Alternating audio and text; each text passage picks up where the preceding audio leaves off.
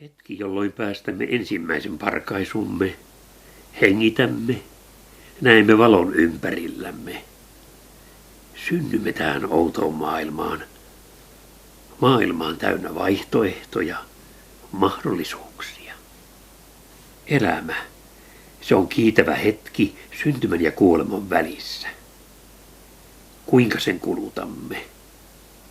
Elämä on joukko tapahtumia, jotka piirtävät sieluumme janaan, jättävät jälkensä, muokkaavat meitä.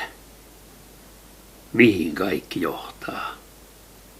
Mikä meistä lopulta tulee? Elämän viiva syntymästä kuolemaan, jokaiselle jo aikojen alussa piirretty, seuraa meitä. Emme tiedä mitä, missä, milloin. Vain kuljemme tietämme aikojen alussa viitoitettua syntymästä kuolemaan. Elämä on teatteria. Jokaisella meistä on siinä päärooli. Kuinka siinä onnistumme, se riippuu meistä itsestämme. Mitä elämä on? Kala valtameren syvyydessä, lintu taivaalla lentämässä, pieni hiiri pellon laidassa.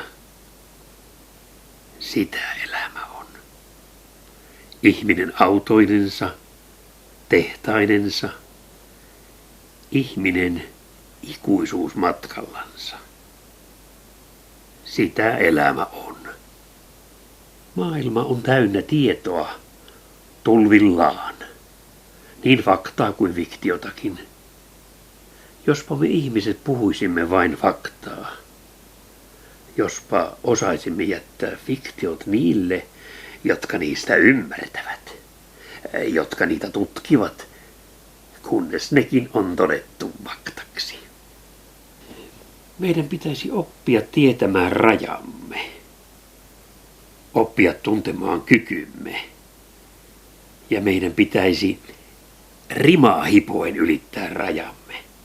Meidän pitäisi asettaa elämälle tavoitteita, kehittää itseämme.